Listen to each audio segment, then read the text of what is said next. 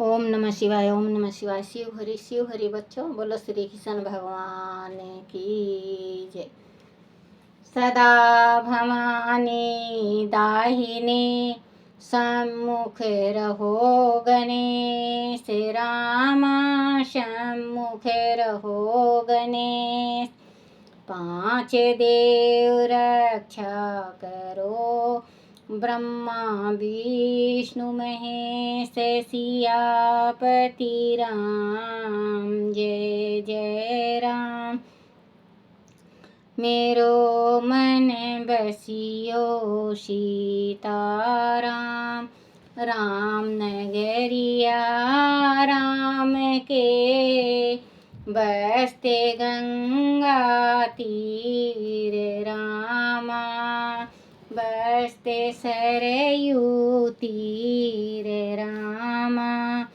चौकी हनुमत वीर की राम जी, चौकी हनुमत वीर की। बोलो सियापति रामचंद्र भगवान की जय, गणेश भगवान की जय।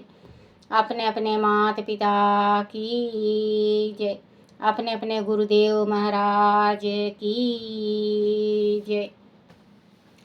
शिव पार्वती की जय, शिव पुराण की जय हो। शिव पुराण में उनका नाम पूजा है, मनोवांछित वस्तु तथा ज्ञान यही अविष्ट वस्तु है। सकाम भाव वालों को अविष्ट भोग अपेक्षित होता है और निष्काम भाव वालों को अर्थ परमार्थिक ज्ञान, यह दोनों ही पूजा शब्द के अर्थ हैं। उनकी योजना करने से ही पूजा शब्द की सार्थकता करता है। इस प्रकार लोक और वेद में पूजा शब्द का अर्थ विख्यात है। नित्य और नियमित कर्म कालांतर में फल देने वाला है, किंतु कर्म का आदि भली भांति अनुष्ठान हुआ हो तो वह तत्काल फलद होता है। प्रतिदिन एक पक्ष, एक मास और एक वर्ष तक लगातार पूजन करने से उन कर्मों का फल की प्राप्ति होती है और उनसे वैसे ही पापों का कर्मस्य क्षण होता है। प्रत्येक मास के शुक्ल पक्ष की चतुर्दशी तिथि को की हुई महागणपति की पूजा एक पक्ष के पापों का नाश करने वाली और एक पक्ष तक उत्तम भोग रूपी फल देने वाली होती है। चैत्र मास में चतुर्दशी को की हुई पूजा एक मास तक किए गए पूजन का फल देने वाली होती है और जब सूर्य सिंह राशि पर शीतल हो उस समय भाद्रपद मास की चतुर्दशी को की हुई गणेश जी की पूजा एक वर्ष तक मनोवांछित भोग प्रदान करती है, ऐसा जानना चाहिए। सावन मास के रविवार को हस्त नक्षत्र से युक्त सप्तमी तिथि को तथा माघ शुक्ला सप्तमी को भगवान सूर्य का पूजन करना चाहिए। जेठ तथा भादोपद मासों के बुधवार को सावन नक्षत्र से युक्त द्वादशी तिथि को तथा केवल द्वादशी को भी किया गया भगवान विष्णु का पूजन अभीष्ट संपत्तियों को देने वाला माना गया है। सावन मास में की जाने वाली श्री हरि पूजा अभीष्ट मनोरथ और आरोग्य प्रदान करने वाली होती है। अंगों एवं उपकरणों सहित पूर्ण वक्त गो आदि 12 वस्तुओं का दान करने से जिस फल की प्राप्ति होती है उसी को द्वादशी तिथि में आराधना द्वारा श्री विष्णु की तिरपित करके मनुष्य प्राप्त कर लेता है। जो द्वादशी तिथि को भगवान विष्णु के 12 नामों द्वारा 12 ब्राह्मणों का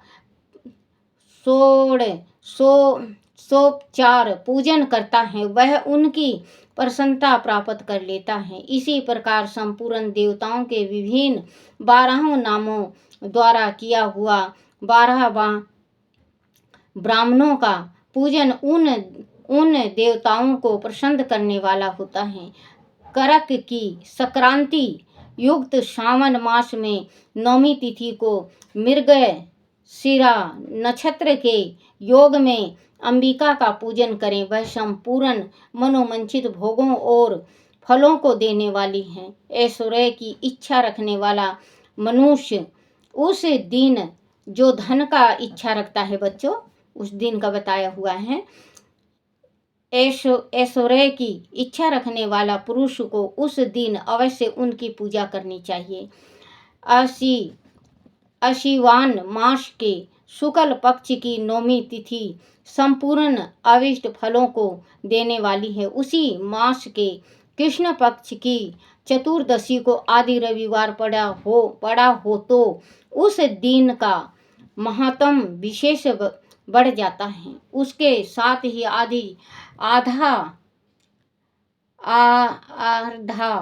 अर्धा और महाधा सूर्य संक्रांति से युक्त अर्धा का योग हो तो उक्त अवसर पर की हुई शिव पूजा का विशेष महत्व माना गया है। माघ कृष्णा चतुर्दशी को की हुई शिव जी की पूजा संपूर्ण अविष्ट फलों को देने वाली है। वह मनुष्य की आयु बढ़ाती, मृत्यु कष्टों को दूर हटाती है और समस्त सिद्धियों की प्राप्ति कराती है। जेठ मास में चतुर्दशी को आदि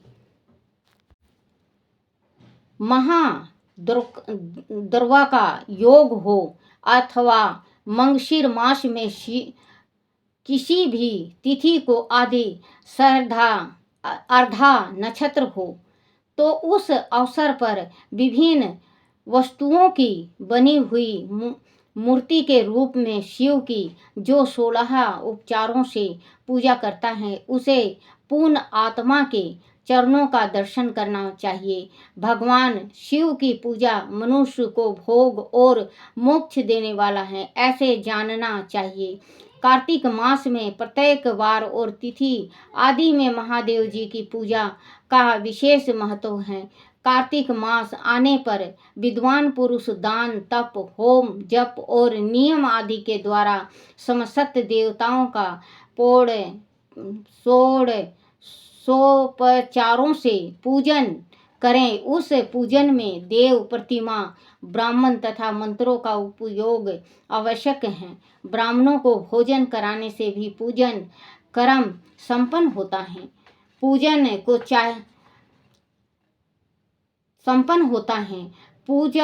पूजक को चाहिए कि वह कामनाओं को त्याग कर पीड़ा रहित शांत हो। देव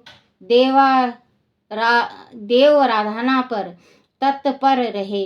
कार्तिक मास में देवताओं का पूजन समस्त भोगों को देने वाला, बाधियों को हर लेने वाला तथा भूत और ग्रहों का विनाश करने वाला है। कार्तिक मास के रविवार को भगवान सूर्य की पूजा करने और तेल तथा सूती वस्त्र देने से मनुष्य के कोढ़ आदि रोग का, बच्चों ये कोढ़ रोग का बताया हुआ है, ध्यान से सुनना। ये किस टाइम करना है और कब करना है, जिसको परमात्मा ना करे कि किसी को हो, लेकिन बच्चों जस करने जस भोग उताता नरक जात काहे पछताता, जैसे करे हैं वैसे तो भुगतना ही पड़ेगा। तो बच्चों किसी का अगर कोढ़ लग गया हो, कोढ़ या कुष्ठ लग गया हो, तो उसका पूजा जो होता है तो किस टाइम करना चाहिए, देखो हर लेता है तथा भूत और ग्रहों का विनाश करने वाला है। कार्तिक मास, देखो बच्चों ये हैं कार्तिक मास के रविवार को भगवान सूर्य की पूजा करनी और तेल तथा सूती वस्त्र देने से मनुष्य के कोढ़ आदि रोग का नाश होता है। हरी काली मिर्च वस्त्र और खीरा आदि का दान और ब्राह्मणों की प्रतिष्ठा करने से, मतलब पूजन करने से क्षण के रोग का नाश होता है। दीप और सरसों के दाना से मिर्गी का रोग मिट जाता है। ध्यान से सुनना बच्चों, शिव पुराण में जो बताया हुआ है, हर एक चीज का कष्ट देखो, मैं एक एक चीज पढ़ के आई हूँ और आप ध्यान से सुनना और अमल भी करना। और अगर आपके पास शिव पुराण हो बच्चों तो शिव पुराण भी पढ़ना, नहीं हो तो ला के पढ़ो, नहीं तो सुनो। मैं ये नहीं कह रही कि मेरा ही सुनो, चाहे किसी का भी सुनो, आप शिव पुराण जरूर सुनो। ये अपनी गृहस्थी में जो है वो एक एक चीज और एक एक शब्द बताया है। जो हमारे शरीर में बीमारी होती है उस बीमारी का भी, जो हमारे घर में गरीबी है, टोटा है, हम अमीर हैं लेकिन संतान नहीं है, जैसे हर एक चीज का, हमारे गृहस्थी में हर एक तकलीफ का समाधान इसमें दिया हुआ है। आप ध्यान से पढ़ना और सुनना। छोटा छोटा उपाय है बच्चों, और छोटा छोटा उपाय से हमारा बहुत बड़ा बड़ा कार्य बनता है। कोढ़ आदि रोगों की नाश होता है। हरे काली मिर्च, हरी मिर्च हो या काली मिर्च हो, काली मिर्च, वस्त्र और खीरा आदि का दान और ब्राह्मणों की प्रतिष्ठा करने से क्षण के रोग, जो क्षण का रोग होता है, जो क्षण का रोग होता है, नाश होता है। दीप और सरसों के दाने से मिर्गी की, जो किसी को मिर्गी आता हो, या मिर्गी बहुत जने को आता है ना बच्चों, कहीं घूमने जाते हैं अचानक मिर्गी आ जाता है, दौरा पड़ जाता है, हम कहते हैं दौरा पड़ गया, दौरा पड़ जाता है, तो इसका दान है, रोग का नाश होता है। दीप ये और रोग का नाश होता है। दीप और सरसों के, जो दीपक दान करता है, दीपक दान ये नहीं होता बच्चों कि दीपक हमने दान कर दिया। जैसे आपका पुरोहित है या आपकी भांजी है या भांजा है, तो चांदी का दीपक बनाओ, चांदी का दीपक बनाने के बाद उसमें घी रुई बना के और आप दान करो, और 41 जोत और 1.25 पाव घी गऊ का, ये अपने भांजा को या भांजी को या अपने पुरोहित को दान करो बच्चों। ये दीपक दान है। या आप इनको दान, इतना मतलब समर्थ नहीं है आपका, तो मिट्टी का दीपक विष्णु भगवान के मंदिर में आप जरूर जलाओ, या शंकर भगवान के मंदिर में जरूर जलाओ। 41 दिन जलाना है। आपका जो क्षण रोग है वो क्षण रोग हट जाएगा। क्षण रोग उसको कहते हैं जो रक्तचुंदा, बच्चों रक्तचुंदा होता है, जो दिन में देखता है और रात को दिखाई नहीं देता, उसको बिल्कुल वो अंधेरा हो जाता है, वो बहुत परेशान होते हैं। ये ऐसे इंसान को ये दीपक का दान करना चाहिए और सरसों दान करना चाहिए। दीप और सरसों के दान से मिर्गी का रोग मिट जाता है।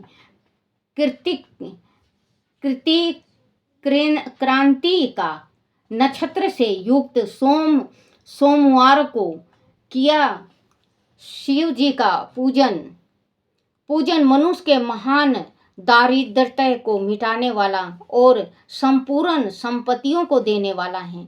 घर की आवश्यक सामग्री, 7 ग्रह और नक्षत्र आदि का दान करने से भी उसे फल की प्राप्ति होती है। कृति का युक्त मंगलवार को श्री स्कंद का पूजन करने से तथा दीपक एवं घंटा आदि का दान देने से मनुष्य को शीघ्र ही वाका सिद्धि प्राप्त हो जाती है। उनके मुंह से निकली हुई हर एक बात सत्य होती है। बोलो शिव पार्वती की जय। ओम नमः शिवाय, ओम नमः शिवाय, ओम नमः शिवाय बाबा, ओम नमः शिवाय, ओम नमः शिवाय शंभु, ओम नमः शिवाय, ओम नमः शिवाय बोले, ओम नमः शिवाय। शिवाय नमो, शिवाय नमो, शिवाय नमो, शिवाय नमो। ओम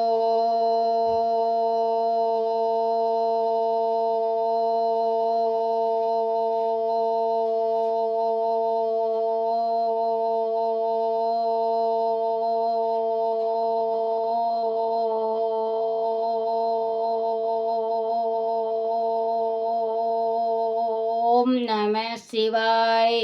बोलो शिव पार्वती की जय हो। अपने अपने गुरुदेव महाराज की जय। हे मेरे शिव पिता, मेरे से कोई टूटी हो, भूल हो, मुझे माफ़ करना, माफ़ करना, माफ़ करना।